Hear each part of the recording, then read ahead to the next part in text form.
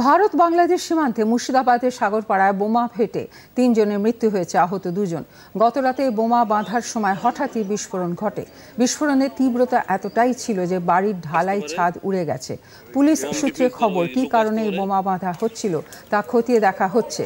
স্থানীয় সূত্রে জানা গেছে মৃতরা সকলেই ফেন্সিডিল পাচারের সঙ্গে যুক্ত।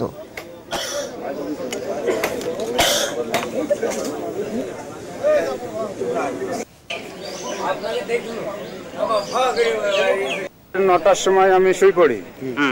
রাতে একটা হঠাৎ সাউন্ড আসে, বিশাল সাউন্ড। তারপরে তখন তার শুয়ে থাকা যায় না, পাশে বাড়ি। উঠলাম, উঠে যে দেখলাম, প্রথমে দেখলাম এই ঘরের ছাদ দেখে আমার আর কিছু দেখতে ইচ্ছা করেনি।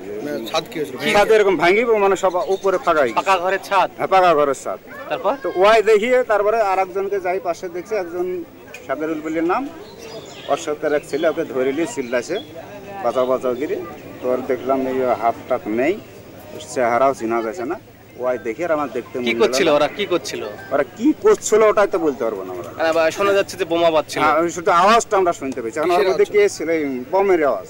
এখন এর মধ্যে কি করছিল, কে ছিল, কি ভালো মন্দ ওই সব মন্দ তো আমরা জানি না। কি অনুমান করছেন, ওই বাড়ির ভিতরে কি বোমা বাঁধা হচ্ছিল?